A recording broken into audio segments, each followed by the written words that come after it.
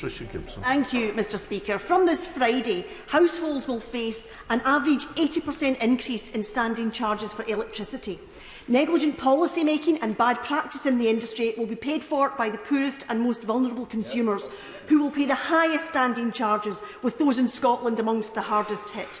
Will the Secretary of State or the Minister consider capping or even scrapping these standing charges on the basis that they are discriminatory to the poorest and most vulnerable consumers? Well, if it was as straightforward as that, the answer might be simple, but it isn't. No, it isn't. The energy market is extremely complex. There's a whole raft of charges. It's not actually true to say that Scottish consumers are hit particularly hard by this, because Scotland is also a net exporter, and English and Welsh consumers are paying for it. The government is focused absolutely on helping consumers with the cost of energy through the £9 billion relief announced in February, the £5 billion announced last week, the extra money for the Warm Homes bonus, for all of those support mechanisms for the vulnerable. It's not simply a case of constantly tinkering with market price.